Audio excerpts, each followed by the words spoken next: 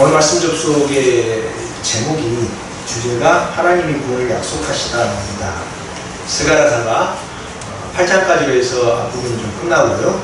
9장부터 14장까지의 주된 내용이 뭐냐면 이스라엘의 회복에 대한 이야기입니다. 앞으로 이렇게 회복시켜 주겠다. 10장으로 11장으로 가면은 폭군들을 멸망시키고 12장으로 가면은 보니까 사람들에게 회개하는 마음을 주고 13장으로 14장부터 쭉 이제 나갑니다. 저희들이 여기서 생각을 해봐야 될 게 있습니다.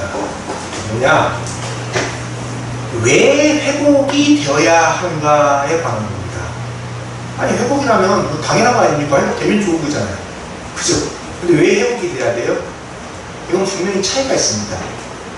오늘날 이스라엘과 유태교를 믿는, 이스라엘 전체가 유태교를 믿지 않습니다. 유태교도 한 3개 파가 있는데, 거기 사람들하고, 우리 예수님을 믿는 크리스천하고 차이점이 뭡니까? 이스라엘도 회복을 이야기합니다. 근데 이스라엘 회복은 어디에 국한되어 있습니까? 주로 이스라엘에 국한되어 있습니다. 주변 나라들이 어떻게 되든 많이 관심이 별로 없어요. 그죠? 있습니까? 없죠. 원래 팔레스타인이나 이스라엘 사람들이랑 같은 민족입니다. 같은 셈족이에요. 종족이 다르지 않아요. 우리나라하고 일본처럼 완전히 다른 종이 있는 게 아니에요. 같은 민족이에요. 같은 민족인데 주변이 어떻게 되든 간에 신경 안 써요. 자, 그러면 기독교인이 바라보는 회복은 어떤 겁니까? 그들하고는 최소한 달라야 됩니다. 어떤 겁니까? 하나님의 은혜를 같이 나누는 게 회복입니다. 그래서 우리가 중요한 것은 회복이 뭐냐? 어떤 게 회복이냐? 기독교인들답게 살아가고 있는 모습 그 자체가 지금 회복입니다. 근데 꼭 잊지 말아야 될 게 기독교인이 됐다, 예수님을 구주로 영접했다라는 것은 내가 일방적으로 내가 선택한 일이 아니라는 겁니다. 오늘 성경 공부 시간에도 이야기했습니다만 기독교 구원의 2대 명제, 어떤 해석을 하든지 간에 모든 감리회, 장로회, 무터회, 침례회, 성공회, 구세군 모든 개신교 유파에서 구원을 이야기할 때 꼭 잊지 않고 기본적으로 이야기하는 두 가지가 선택과 칭입니다. 칭이라는 게 한문인데 의롭다고 인정해 주는 겁니다.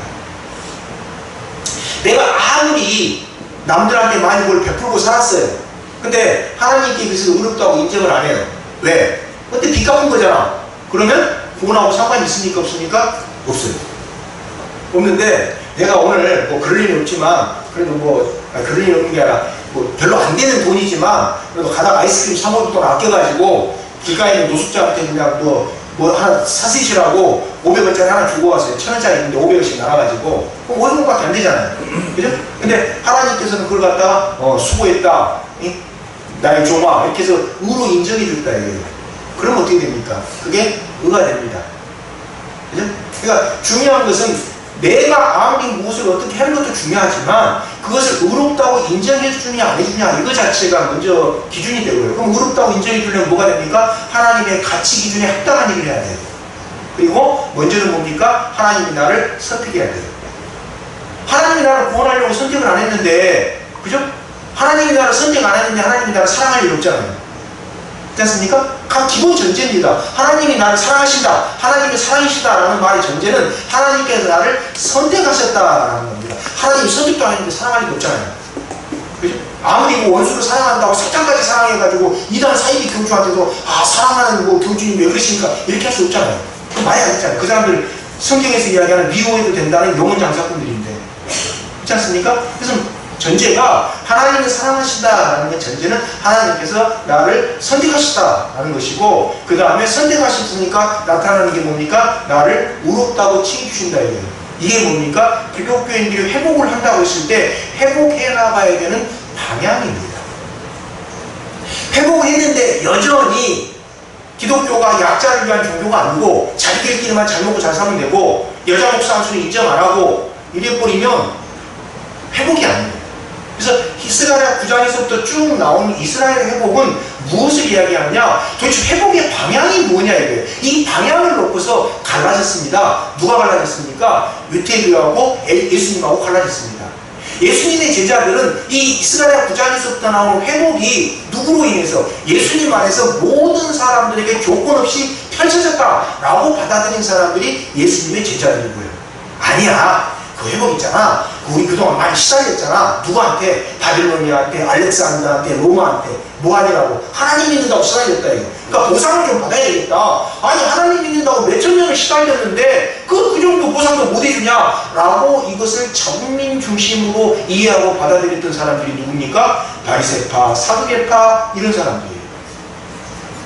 그럼 우리가 오늘 본문을 갖다 쭉 살펴보기 전에 먼저 우리가 이 스가랴 9장에서부터 이야기하는 회복이 우리들한테도 지금 나타나고 있다라는 걸 우리가 기억하고 있느냐라는 거예요. 지난 시간에 이야기했습니다만 9장 11절에 뭐라고 나왔습니까? 피로 맺은 언약이 있다 이거예요. 그죠? 우리가 예수 그리스도 안에 들어와 있는 이상 우리는 예수님과 하나님과 맺은 피로 맺은 언약이 있습니다. 근데 언약의 특징은 뭡니까? 오늘날 이야기하는 계약서처럼 한 사람이 파기했다고 끝나는 게 아니에요. 왜? 성경에서 이야기하는 언약이라는 것은 두 사람이 언약을 체결한 다음에 그들이 각각 믿는 A와 B가 각각 믿는 신들까지 같이 결합한 사자가 이 사인한 게 언약입니다.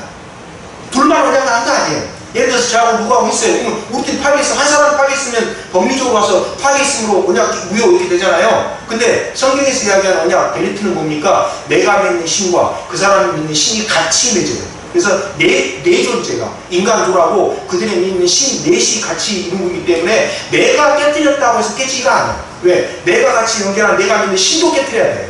그 다음에 저쪽도 깨뜨려야 돼요. 그래서 하나님과 구원의 형이 언약의 형태로 맺어졌다는 것은 내가 설령 잘못 좀 한다고 하더라도 하나님께서 깨뜨리지 않으면 안 깨져요. 왜? 3대 2니까. 그죠? 언약을 체결할 때 그렇게 체결합니다. 그래서 저쪽에서 깨뜨리면은 너가 믿는 신이 너를 저주하기를 원한다 이렇게 내가 이야기하고 내가 믿는 신이 아니고 그에게 너가 믿는 신, 저 사람 반대로 저에게 당신이 믿는 신. 그럼 저는 누구 믿습니까? 하나님, 성삼위 하나님이니까 성삼위 하나님이 제가 언약 안 지키면 어떻게 될 거다 라고 이제 저주를 하거든요. 이게 저주까지 다 성립이 돼야지 언약이 깨뜨려지는 거기 때문에 이 중에 하나라도 깨지지 않으면 언약이 성립되는 게 아니에요. 그래서 지난 시간에 이야기했던 9장 11절에 나온 피로 맺은 언약이다. 이게 우리들에게 지금 있다라는 겁니다. 있다는 우리가 잊지 말아야 될 게 뭡니까? 우리의 삶이 세상 보기에는 고달프고 아니 자기 스스로 보기에도 어떻게 예수님을 믿는데 이렇게까지 안 돼. 맨날 뭐 돈 걱정이 해야 되고 뭐 하루 세끼 어떻게 먹어야 되니 걱정해야 되고 이게 도대체 예수님 믿는 삶이야. 이런 생각이 들고 현재 그렇게 살고 있다고 하더라도 잊어버리면 안 돼요. 뭘요? 9장 11절에 나온 것처럼 피로 맺은 언약이 지금 나를 이끌어가고 있다. 그게 지금 9장에서부터 스가랴 9장에서부터 14장에 나와 있는 회복이 이야기하고 있는 밑그림입니다. 이 회복에 대한 밑그림에 대한 내 믿음이 없으면, 내 소망이 없으면, 내 바라봄이 없으면 어떻게 됩니까? 끝날에 아름다운 노래를 못 불러요. 제가 아름다움이라고 표현했습니다만 쉽게 말해서 끝날에 기쁜 노래를 못 불러요. 우리가 지금 끝날에 가서 기쁜 노래 부르자고 지금 이 자리에 앉아서 예배 드리고 있는 거거든요. 어떤 기쁜 노래입니까? 아, 당신도 하나님 나라에 왔네요. 설마 그때 가지고 어떻게 당신까지 하나님 나라 왔어 이래 부르면 안 되잖아요. 그죠? 모르겠어요. 제 앞사람 저한테 그런지 모르겠어요. 당신까지 왔냐고 될지 모르겠는데 근데 갔을 때 당신도 왔네 이래야지 어떻게 당신까지 여기 왔어 야 저거 망했다 이렇게 하면 안 되잖아요. 그죠? 우리가 그게 끝날 부를 수 있는 노래입니다. 그죠? 아, 오셨네요. 여기 같이. 근데 그게 갑자기 바뀌어가지고, 우리 그 끝날에 대한 내 믿음이 흔들리기 시작하면은, 그때부터 이제 무슨 일이 발생합니까? 이게 어디로 가는지 방향이 잊어버려요, 방향이. 아니, 내가 잘 먹고 잘 살면 되지. 이렇게 됐거든요.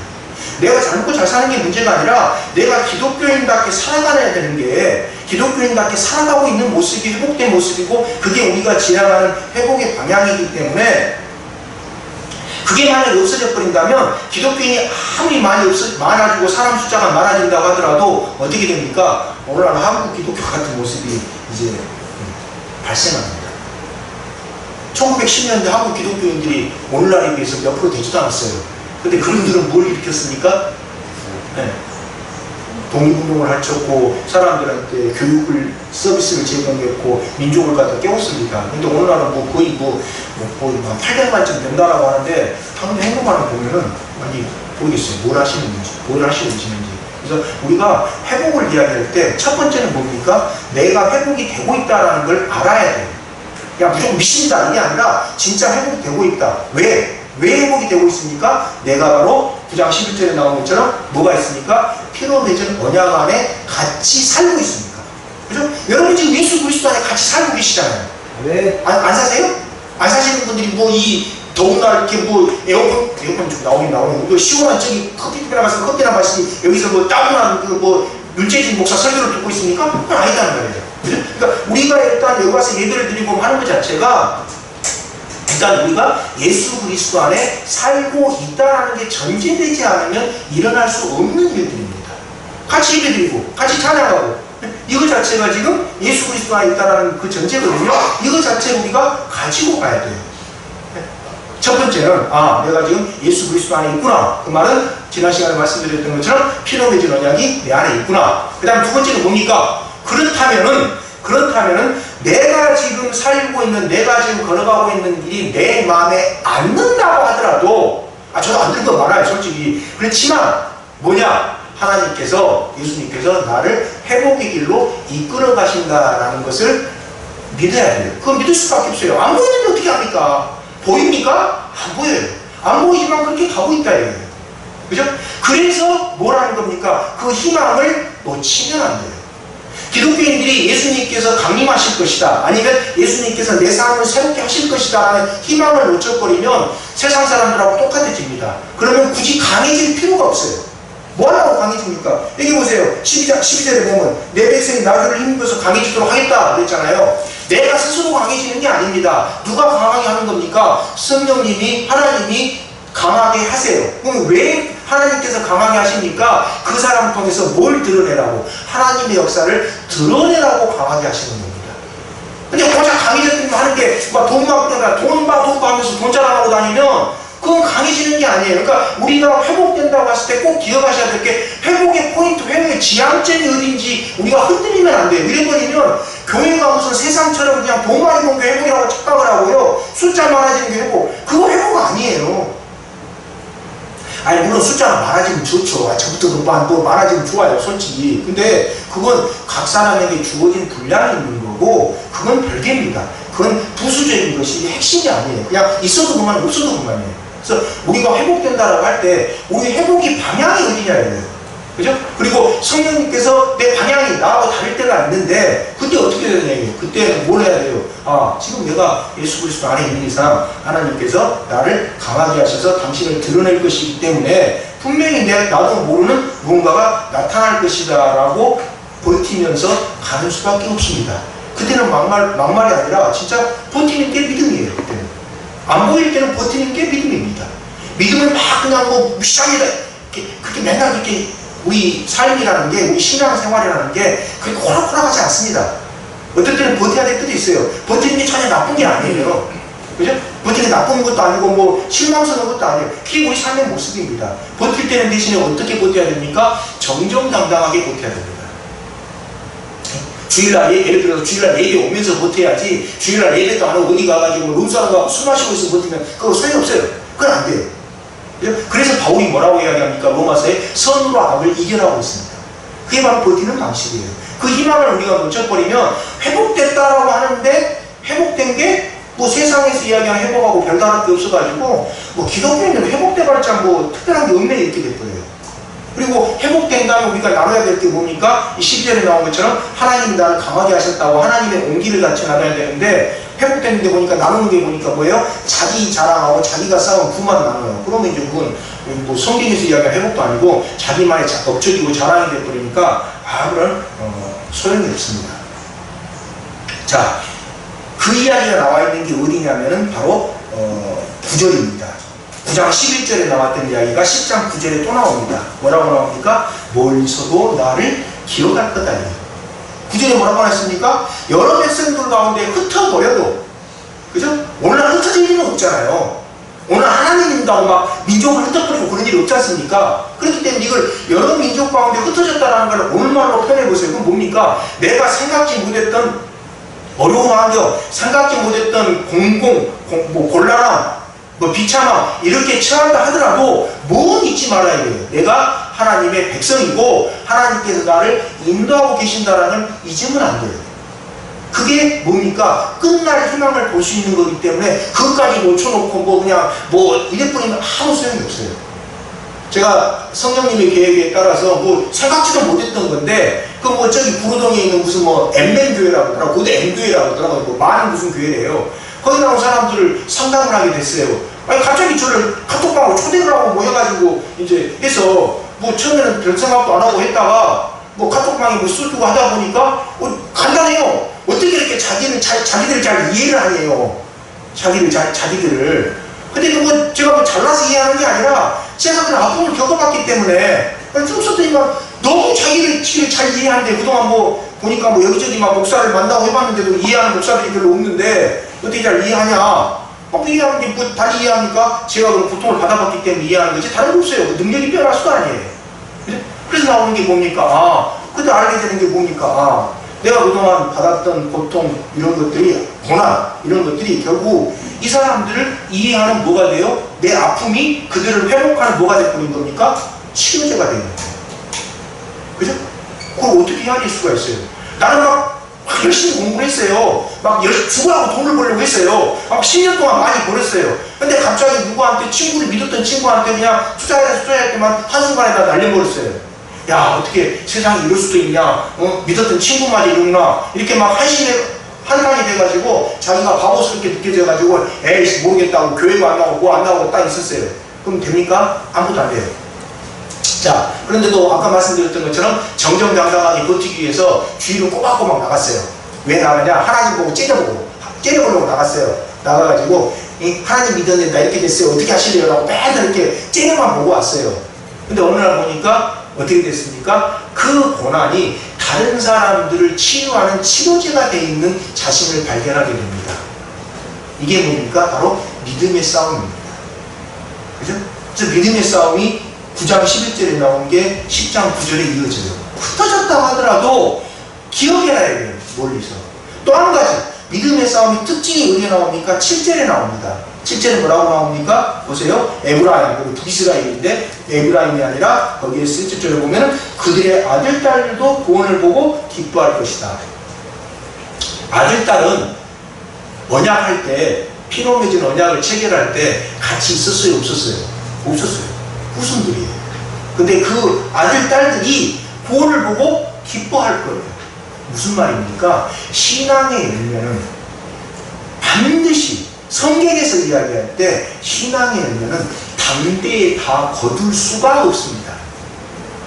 신앙의 열매를 당대에 다 거둔다고 거짓말하는 사람들이 100% 이단 사이비 교주입니다. 어떤 교주는 그랬어요. 자기 교를 갖다 국교화를 만들어주면 대한민국에 있는 모든 그 뭐 국채를 다 제가 다 갚아주겠다고 했어요. 실화입니다. 근데 죽었어요. 그죠? 뻥을 치더라도는 정도껏 쳐야지. 왜? 성경은 분명히 이야기합니다. 회복이라는 것은 나 때 끝나는 거 아니에요. 여러분 꼭 기억하세요. 회복은 우리 때에 끝나는 게 아닙니다. 우리 후손까지 이어져요. 어떻게 이어질지 나는 몰라요. 그렇지만 분명히 그 약속이기 때문에 그건 내가 저기 하나님 나라 가서 볼 수도 있고, 그죠? 내 살아생전에 볼 수도 있고 합니다만 성경에서 이야기하는 약속의 특징은 뭡니까? 10장 7절에 나오는 것처럼 아들, 딸이 아니고 아들, 딸이에요. 아무튼 순서가 그렇으니까 아들, 딸까지 같이 이어지는, 후세까지 같이 이어지는 것이지 절대 자기 당대에 안 끝난다. 그럼 이걸 뒤집어 보면은 내가 지금 받고 있는 회복의 은혜들은 나로 인해서 파생한 겁니까? 아니죠. 나로 인해 파생한 것도 있지만 누구로 인해서 파생한 것도 있습니까? 내 신앙의 선조들이 뿌렸던 씨가 지금 나에게 왔다가 나도 그중에 일부를 받고 또 일부를 뭡니까? 후손들한테 넘겨주는 겁니다. 근데 일부 많은 분이 이제 또 오해해가지고 야 그럼 후손들이 뭐 구원 보고 기뻐할 거니까 후손을 갖다 반드시 기독교인 만들어야 되냐 아니야? 기독교인 만들면 좋아요. 저도 뭐 늘 그래서 딸내미 뱃속에서부터 기도를 했습니다만, 근데 그건 우리가 성령님한테 맡겨야 되는 겁니다. 만들고 싶다고 만들어집니까? 안 돼요. 다만 기도할 뿐이에요. 기도하면 어떻게 됩니까? 그 공든 기도는, 공든 탑이 안 무너진다. 맞아요. 똑같습니다. 공든 기도는 절대 안 무너집니다. 공든 기도는 안 무너져요. 제가 그 모 사이비단체에서 나온 다음에 알게 됐던 게 뭐냐, 제 어머님이 권사님이신데 계속 저를 기도하고 계셨더라고요.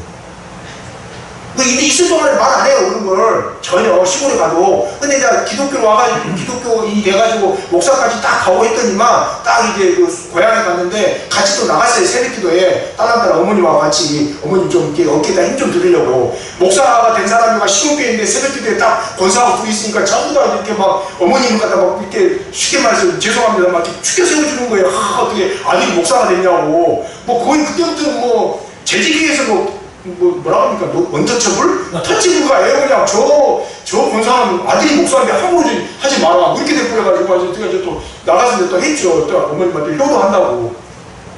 근데 그때 저한테 딱 손을 잡고 제 이제 그 아멘 있지 않습니까? 집에서 부르는 이름 그게 경조야 딱 부르면서 내가 맨날 위해서 기도한다 딱 그러는 거예요. 근데 그 전에는 그런 말도 에이 뭐 기도하겠지 이랬는데 그때는 그 말이 딱 가슴에 딱 뭐 성령님 이것처럼 들어오는 거였어요. 제가 그때 알게 된 깨닫게 된 게 뭐냐, 아 공든탑만 안 무너지는 게 아니라 공든기도는 안 무너지는 거예요.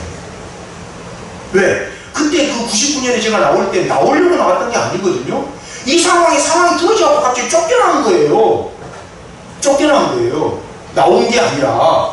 근데 이제 쫓겨나는 거 보니까 한 5년 있다가 10년 있다가 자기들이 나오는 거예요. 그래가지고 와가지고 그때 같이 자기들도 데려가가지고 왜 형님만 나갔냐 그래서 아니 그때 나가져가지고 안 나갔잖냐. 하는 말 있지 않습니까? 근데 좀 강력하게 나가자 그랬냐.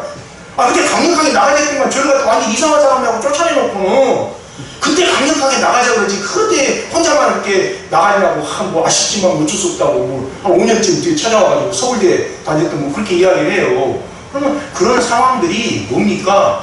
다른 사람들은 어떻게 이야기하는지 모르겠습니다만 성경에 비춰봤을 때 뭡니까? 보이지 않는 누군가의 기도가 없으면 그런 일은 안 일어납니다. 그죠? 보이지 않는 누군가의 기도가 있어요. 그 보이지 않는 누군가의 기도의 첫째는 누굽니까? 되게 부모죠. 부모 아니면 누가 보이지 않는 누가 기도를 합니까? 목사가 아무리 기도 많이 한다 해도 목사도 깜빡깜빡해요. 그래서 제가 그러나 늘 드리는 말씀이 그겁니다. 자기 자식을 위한 기도는 자기 부모를 능가하는 기도가 없어요. 어떤 아주 무슨 대단한 영적인 걸 받은 목사가 기도해 주더라도 자기 가족 자식을 위한 기도는 부모 기도가 더 세요. 더 세요. 저는 그렇게 해석을 합니다. 저는 그렇게 권하고 제가 기도를 안 하느냐 하지만 자기 부모가 했던 자기 자식의 기도보다 더 셀 수가 없어요. 원칙적으로. 근데 그 이야기가 지금 7절에 나오거든요. 그 아들 딸들도 너가 뿌린 씨로 인해서 너 역시 네 조상이 받은 그 회복의 기운을 갖지만 너가 받은 씨로 인해서 너 후손들도 어떻게 됩니까? 같이 기뻐할 거다 이거예요. 근데 기뻐하는데 뭡니까? 6절에 딱 모습이 나옵니다. 제가 포인트만 짚어드리는 건데 뭐라고 나옵니까? 나에게 버림받은 적이 없는 사람들까지 될 것이다 이거예요. 나에게 한 번도. 그러면서 뭐라고 합니까? 나는 주 그들의 하나님이다. 그러면서 뭐라고 나와요? 그들이 기도할 때마다 응답하겠다. 기도할 때마다 응답하면 그 이상 뭐가 있습니까? 근데 이제 그건 있어요. 기도를 했어요. 근데 응답을 줬는데 제가 원하는 대로 안 줘요. 하나님 제가 딱 몇 년만 제가 어디 가서 좀 하고 올게요. 안 된다 이거. 어떻게 해요? 할 수 없잖아요. 그죠? 그건 양보를 해야죠. 그까지 하면 안 되고 나오는 게 뭡니까? 나는 주 그들이 하나님이 돼서 그들이 기도할 때 어떻게 돼요? 응답할 거다 이거예요. 응답을 하니까 나타나는 현상이 어디예요? 11절이거든요. 10절 11절이에요. 어떻게 됩니까? 바다를 지나올 때 이게 바다 권세가 어떻게 할 수가 없고 아니 하나님이 응답해가지고 하나님이 이끌어 가시는 사람을 어떻게 손댑니까? 제가 지난 시간에 말씀드렸죠. 하나님이 나의 주인이다 이거예요. 하나님이 선포했어요. 야, 그 내 종이야, 내 아들이야. 근데 사탄이 함부로 해요? 말이 안 되잖아요. 그래서 계시록에 뭐라고 나옵니까? 하나님이 내 백성이라고 선포한 사람은 하나님께서 손대라고 허락을 했을 때만 사탄이 손을 대지. 이걸 보세요. 이거 뭐라고 나옵니까? 사탄이 손댈 때 하나님은 허락 받습니까? 안 받습니까? 허락 받죠. 마찬가지입니다. 그렇게 돼요. 그렇게 되니까 11절에 나온 것처럼 바다 기세가 꺾어버리고 나일까지 바닥이 드러나고 아시리아 그만도 꺾이고 이집트 왕권도 사라진다 이거예요. 근데 이 회복의 이 기운을 아까 말씀드렸던 것처럼 놓고 다퉈요. 이게 이스라엘 안에만 일어나는 거냐? 아니다. 이건 전 세계적으로 일어나는 거다. 예수 그리스도를 믿음으로 받아들이는 모든 사람들에게 나타나는 복이다. 이렇게 이제 주장했던 사람들하고 아니야. 그건 그냥 이 여기 안에만 있어. 이랬던 사람들하고 나눠졌는데 결국은 누가 이겼습니까? 기독교인이 이겼습니다. 그게 지금 우리가 10장에서 볼 수 있는 회복의 모습입니다. 그래서 이 회복이 누구를 통해서 나타나느냐, 그리고 어떤 방향으로 나타나느냐.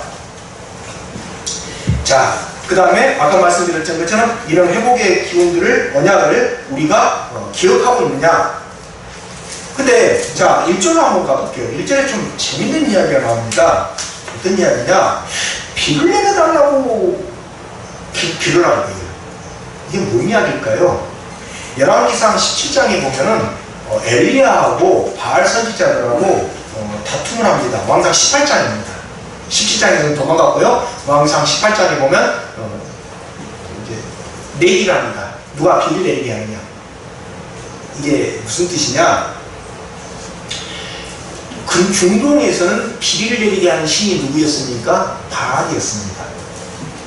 근데 지금 엘리야나 스가랴는 비를 내리게 하는 신이 누구라고 이야기합니까? 하나님이잖아요.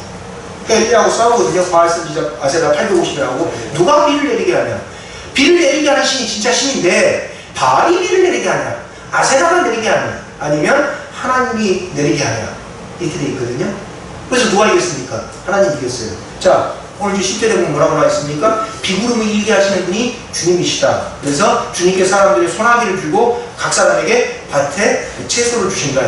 자, 이 이야기를 오늘날 뭐 비가 뭐 하나님이 비 내린다 그렇게 모르는 사람도 없을 거고, 이 이야기가 이때 당시에 이 이야기가 오늘날 우리 현대어로 바꾸면 어떤 내용일까요? 어떤 내용이 가장 비슷할까요? 한마디로 이야기해서 뭡니까? 하나님, 나 좀 먹게 살게 해주십시오. 이런 기도입니다. 요 흐름이, 이 말이, 이 뜻이 그런 뜻이에요. 비구름이라는 게 나왔지 뭡니까? 밭에 채소를 주신다라고 했잖아요. 밭에 채소가 뭐예요? 먹고 사는 거잖아요. 그래서 이걸 현대로 바꿔보면은 하나님, 그래도 하나님 믿으니까 먹고 살게나 해주셔야 되잖아요. 굶고 살게나 해주시면 안 되잖아요. 이 기도입니다. 우리가 추상적으로 생각을 해가지고 그 선지자들의 메시지 또는 뭐 구약에 나와 있는 아니면 신약에 나와 있는 구원을 아주 추상적으로 생각하죠. 뭐 거룩하게 뭐 하나님의 나라에 가니까 이런 거는 성경에서 이야기하는 구원하고 거리가 멀습니다. 성경에서 이야기하는 구원은 철저하게 현실적인 부분이 많습니다. 어떤 겁니까? 1절에서부터 나오잖아요. 먹고 살게 해달라 이게 하나님한테. 왜? 이 사람들이 어떤 사람입니까? 포로에서 돌아왔어요. 한 500명이 있던 데가 갑자기 뭐 1700명가 늘어나기 시작을 해요. 근데 예루살렘이 뭐가 있습니까? 나라도 없어요. 약속만 믿고 돌아온 거예요. 돌아가자. 또 막 에스겔이라든지 선지자들이 돌아가라. 예루살렘 약속이 이루어진다 하니까 이제 믿고 왔어요. 왔는데 보니까 나라도 없죠. 성경 하나 세워가지고 조금만 하죠. 군대가 있습니까? 뭐가 있습니까? 없어요. 뭐 이들이 당장에 먹고 살기도 힘들어요. 그들이 했던 기도가 뭡니까? 하나님, 우리가 곡식 뿌렸을 때 나게 해주시고 피 내려가지고 그 다음에 우리가 수고야 얻은 거 안 뺏기고 우리가 먹을 수 있게 해달라 이거예요. 이게 이들이 했던 첫 기도예요. 그럼 이건 구원하고 전혀 상관이 없으니까 그냥 먹고 사는 거니까? 아니요. 이게 가장 기본입니다. 이들은 심각한 마음으로 기도를 한 거예요. 하나님, 우리가 하나님 믿는데 굶어 죽지는 않게 해주세요. 죽지가 아니라 굶지는 않게 해주세요. 우리가 그것 때문에 바알 믿지 않게 해주세요. 바알 안 따르게 해주세요. 그렇게 이제 스가랴가 이야기를 한 겁니다. 그러면서 이전에 나와 있는 게 그거거든요. 드라군 무상 헛소리 나고 정쟁에는 거짓 환상을 보는데 2장 2절 끝부분에 뭐라고 있습니까? 백성이 목자가 없으므로 뭘 당합니까? 고통을 당합니다. 어떤 목자를 이야기하는 겁니까? 하나님한테 제대로 인도해주는 목자가 없다 보니까 뭘 해요? 고통을 당한다. 근데 그럼 진짜 목자는 뭐라는 목자입니까? 2절에 비춰본다면 진짜 목자는 드라빔이 우상이고 헛소리 하는 거라고 알려주는 사람이 진짜 목자인데, 그런 목자가 없다 보니까 사람들은 끊임없이 뭘 하게 됩니까? 속게 됩니다. 미혹당하게 돼요. 야, 비를 바알이 내려주는 모양이다 라고 미혹하게 되고 끌려가게 되고 그렇게 됩니다. 그 고통을 1절, 2절에서 보면 그대로 나옵니다. 그래서 3절 이야기가 나오는 겁니다. 뭐가 나옵니까? 분노를 갖다가 목자들에게 하겠다. 왜? 목자들이 제대로 자기 역할을 못하고 있으니까.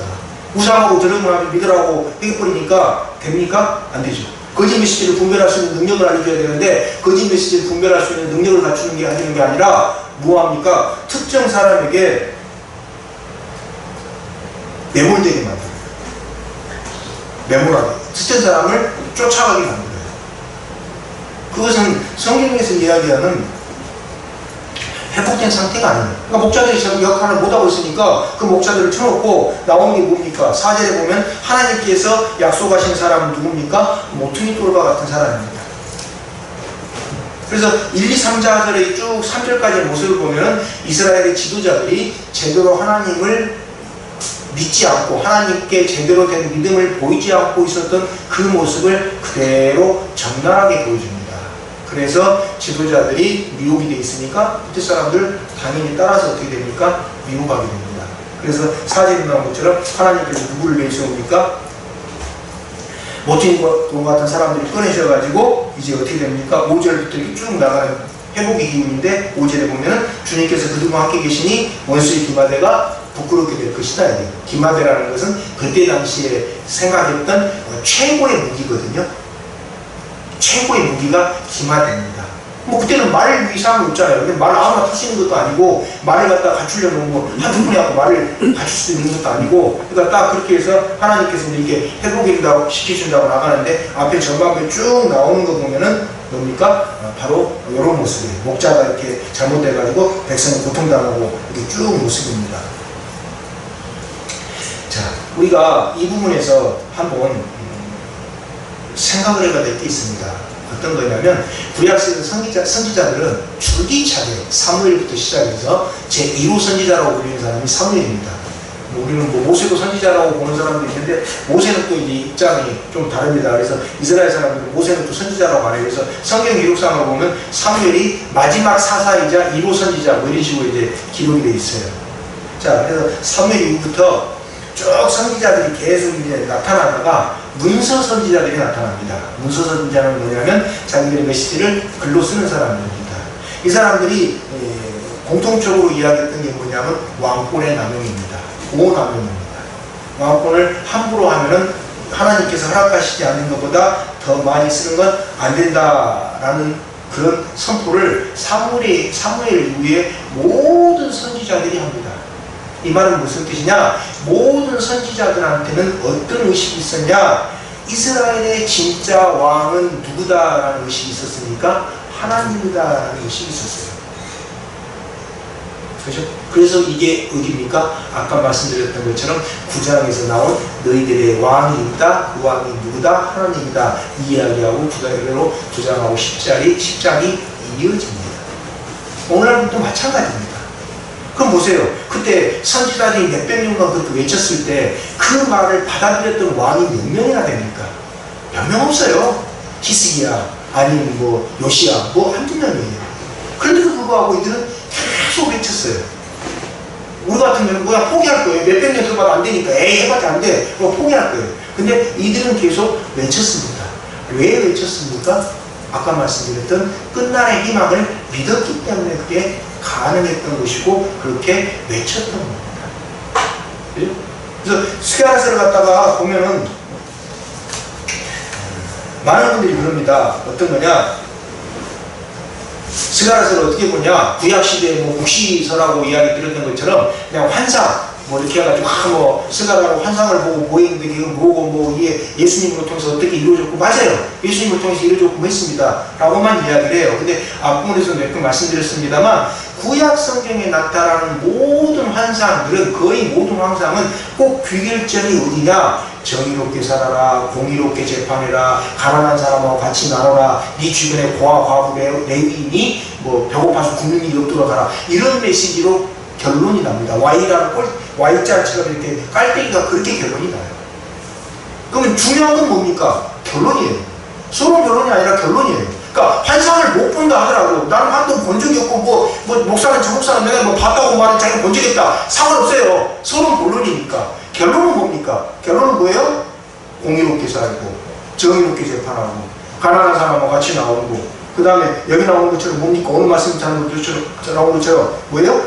뭘 흩어지더라도 늘 뭡니까? 하나님을 기억하고 하나님의 약속을 마음속에 담고 다니고 실제로 나온 것처럼 아들, 딸과 같이 구원의 길을 기뻐하면서 가고 자기 당대에 뭐가 다 이루어진다고 교만 안 떨고 이렇게 하고 있으면 똑같아요.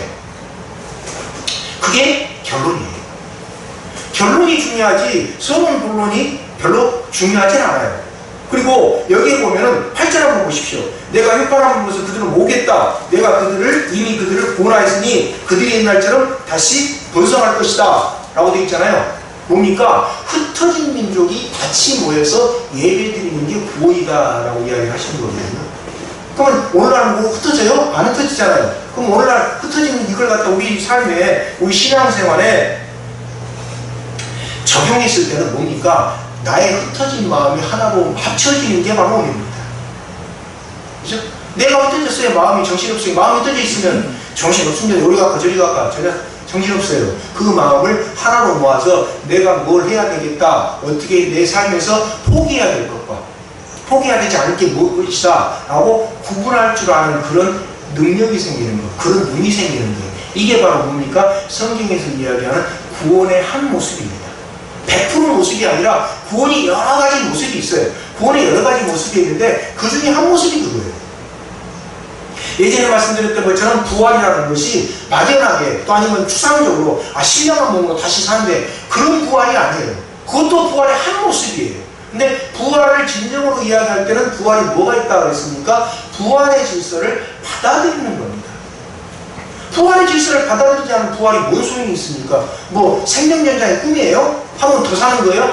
한 세대 더 뭐 영원히? 그죠? 그거 아무 소용 없어요. 영원히 사는데 죄만 목당 짓고 있는 몸뚱아리라면 더 필요가 없습니다. 마찬가지입니다.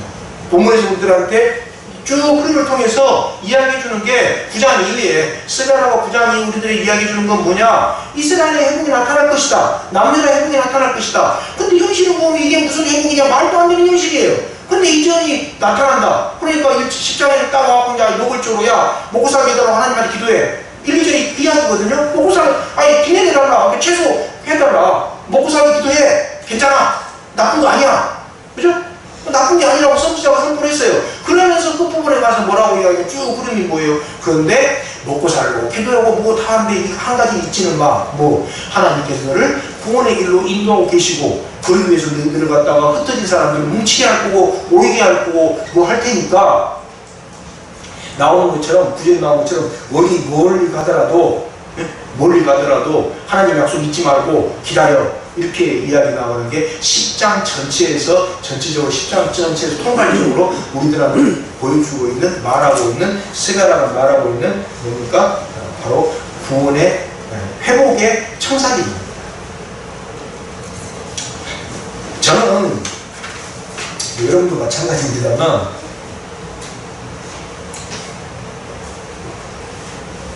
회복을 굉장히 간절하게 소망하고 꿈꾸는 사람입니다. 회복을. 그런데 아까 말씀드렸던 것처럼 회복이 제가 생각하는 대로 이루어진 적은 한 번도 없었어요. 제가 생각하는 대로. 뭐 한두 번 있었나요? 뭐 너무 없어가지고 없었다고 생각하는지도 모르겠어요. 근데 기억이 안 나요. 제가 생각하는 대로 회복이 이루어졌다라고 보이는 건 한 번도 없었어요. 근데 지나놓고 보면은 어떻게 돼 있습니까? 달라져 있어요. 지나놓고 보면은. 그러다 보니까 뭘 하게 됩니까? 아, 이게 내 능력으로 회복된 게 아니구나, 회복된 것이구나 라는 교만을 부리기가 힘들어졌어요. 근데 저 같은 경우는 부끄럽게도 그 과정에서 좀 주저앉았던 적이 많습니다. 왜 주저앉았냐? 감당하기 힘들더라고요. 말도 안 되는 이야기를 갖다 듣고 있으려니까 이건 말도 안 되는 이야기인데 어떻게 해볼 수도 없고 싸우기도 곤란하고 뭐 애매한 거예요. 그럴 때마다 이제 뭡니까? 주저앉아 있을 때가 많았어요. 몇 번 좀 주저앉았어요. 주저앉았는데 오늘 본문 말씀 보면서 저도 다시 한번 생각을 해보게 됩니다. 아, 앞으로는 내가 어떻게 해야 될까?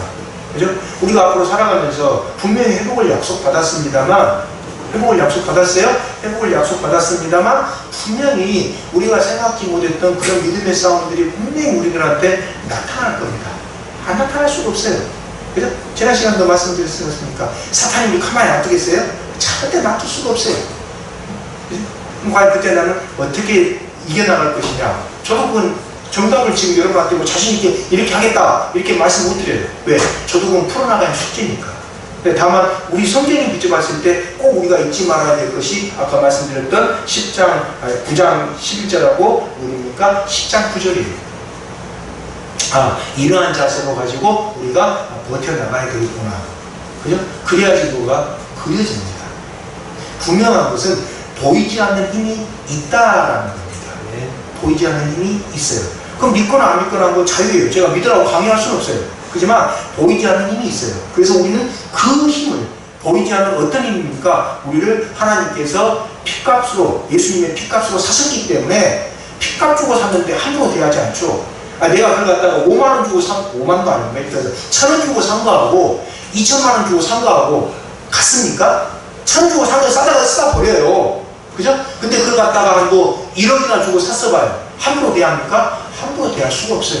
근데 하나님 우리를 그렇게 비싼 값을 치르고 사셨는데 함부로 대하신 일이 없잖아요. 그죠? 그걸 가지고 버텨나가고 정정당당하게 싸워나가는 겁니다. 그래야지 12절이 우리들에게 감이 오는 겁니다. 다시 한번 볼까요? 내 백성이 나 주를 힘입어서 강해지도록 하겠대요. 네. 내가 스스로 강해지는 게 아니라 강해지도록 해주시겠대요. 그 다음 뭐라고 합니까? 그들이 내 이름을 앞세우고 늠름하게 나아갈 거다. 늠름하게 나아간다는 무슨 뜻이에요? 정정당당하게 나간다. 선으로 악을 이기면서. 악으로 악을 이기면서 나가면 늠름하게 못 나갑니다. 선으로 악을 이기면서 나가야지 늠름하고 당당하게 나갈 수 있습니다. 이게 저희들에게 주신 회복의 청사진입니다. 기도하시겠습니다.